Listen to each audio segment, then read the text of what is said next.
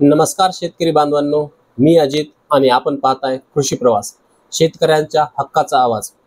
शेतकरी बांधवांसाठी आज सकाळपासून आलेल्या महत्त्वपूर्ण आणि झटपट बातम्यांचा आढावा आपण घेणार आहोत। मंत्रिमंडळाच्या बैठकीत आज शेतकरी हिताचे काही मोठे निर्णय घेण्यात आलेले आहेत।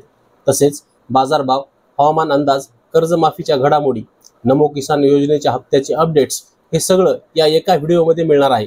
म्हणून व्हिडिओ शेवटपर्यंत नक्की पहा आणि माहिती आपल्या शेतकरी बंधूंना नक्की शेअर करा। ठिबक अनुदानाचे 20,000 अर्ज गायब, ऑटो डिलीटचा ऑप्शन सक्रिय झाल्याने राज्यभर गोंधळ।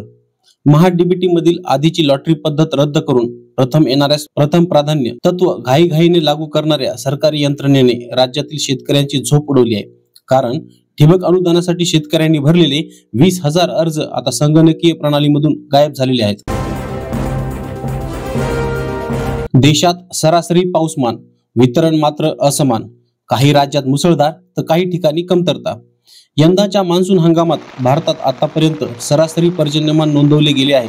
भारतीय हवामान विभागाच्या अहवालानुसार राज्यनिहाय पावसाचे वितरण प्रचंड असमान आहे। खरीप पेऱ्यात 4% वाढ, भात आणि मक्याला पसंती, तर कापूस, सोयाबीन, तुरीचे क्षेत्र घटले। देशात चालू खरीप हंगामात 90% अधिक क्षेत्रावर पेरणी पूर्ण झाली आहे। गेल्या वर्षीच्या तुलनेत 4% पेरा वाढलेला आहे। यंदा कापूस, सोयाबीन, तूर यांचे लागवड क्षेत्र घटलेले आहे, तर भात आणि मक्याला शेतकऱ्यांची जास्त पसंती मिळालेली आहे। सिंधुदुर्गात मासेमारी हंगाम सुरू, सुरमई पापलेट 800 तर कोळंबी 500 रुपये प्रति किलो। सिंधुदुर्ग नगरी जिल्ह्यात 1 ऑगस्ट पासून मासेमारी सुरू झाली असली तरी नारळी पौर्णिमेनंतर खऱ्या अर्थाने हंगामाला सुरुवात झाली आहे। सध्या सुरमई पॉपलेट प्रति किलो 800 तर कोळंबीला प्रति किलो 500 रुपये दर आहे। श्रावण महिना असल्यामुळे मासळीला मागणी देखील कमी आहे। आले पिकाच्या दरात सुधारणा, गाडी मागे 5 ते 7,000 रुपयांनी वाढ। आले पिकाच्या दरात सुधारणा होऊ लागल्याने शेतकऱ्यांसाठी काहीसे दिलासादायक चित्र निर्माण झाले आहे। आल्याच्या प्रति गाडीस 500 किलोस 17 ते 18,000 रुपये दर मिळत आहे। प्रति गाडी मागे 5 ते 7,000 रुपयांची वाढ झाली आहे। कृषी विद्यापीठात 57% जागा रिक्त, महाराष्ट्र कृषी शिक्षण व संशोधन परिषदेकडून आकृती बंद नाही, प्रभारींचे राज्य। कृषी शिक्षण आणि संशोधनाचा पाया असलेल्या राज्यातील कृषी विद्यापीठांमध्ये तब्बल 57.48% जागा रिक्त आहेत। त्यामुळे विद्यापीठांचे कामकाज विस्कळीत झाले असून दर्जा देखील खालावलेला आहे। परंतु या जागा भरण्यासाठी सरकारी पातळीवर अनास्था दिसून येत आहे। महाराष्ट्र कृषी शिक्षण व संशोधन परिषदेने आकृतीबंधाची शिफारस केलेली नसल्यामुळे भरतीची प्रक्रिया देखील रखडलेली आहे, अशी माहिती सूत्रांनी दिली आहे। राज्यातील 9,000 पशुधनांना लंपी स्किनचा प्रादुर्भाव, 339 पशुधनांचा मृत्यू। पशुसंवर्धन सचिव डॉक्टर रामास्वामी यांची माहिती। लंपी स्किन आजारामुळे राज्यातील 9,820 पशुधन बाधित झाले असून 6,618 जनावरे उपचारानंतर बरी झाली आहेत, तर आतापर्यंत 339 जनावरांचा मृत्यू झाला आहे। राज्यात 93% जास्त गोवंशीय पशुधनाचे लसीकरण पूर्ण झाले आहे, अशी माहिती पशुसंवर्धन, दुग्ध व्यवसाय विकास व मत्स्य व्यवसाय विभागाचे सचिव डॉक्टर रामास्वामी यांनी दिली आहे।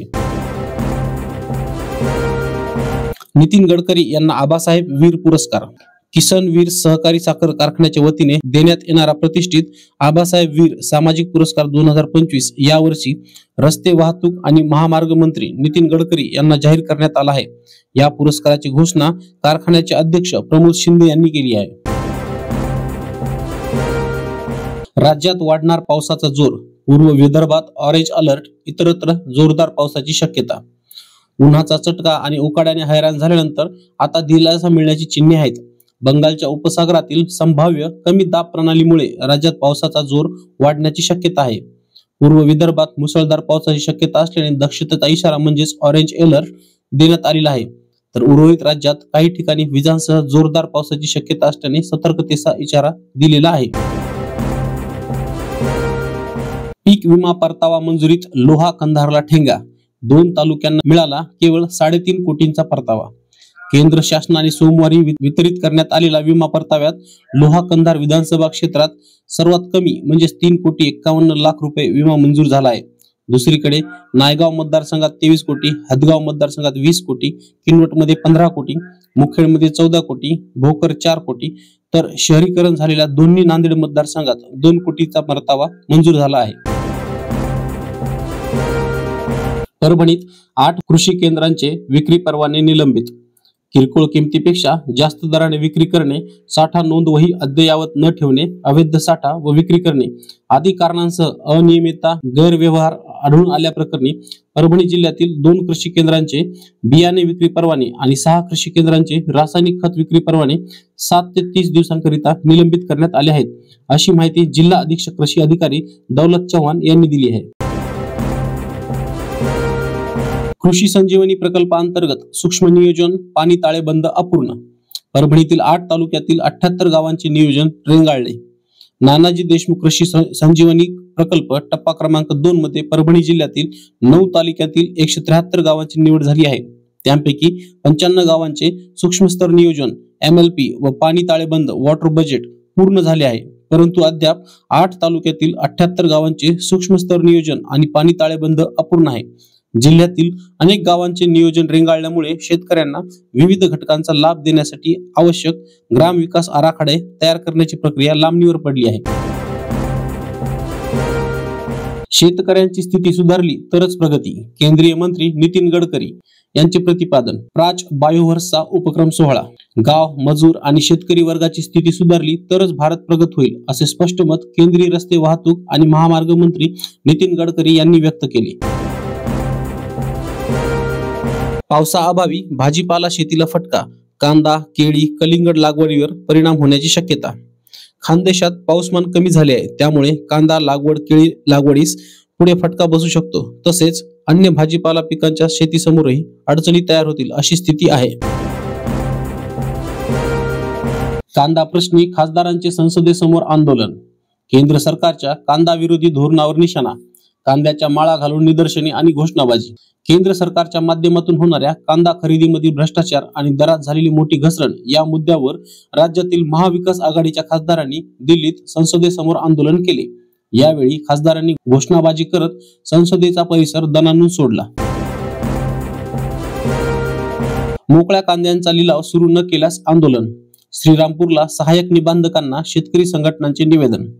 श्रीरामपूर कृषी उत्पन्न बाजार समितीमध्ये शेतकऱ्यांची केलेली कांदा कोंडी सहाय्यक निबंधकांनी सोडवावी, अन्यथा स्वतंत्र भारत पक्ष शेतकरी संघटनेकडून आंदोलन करण्याचा इशारा दिला आहे.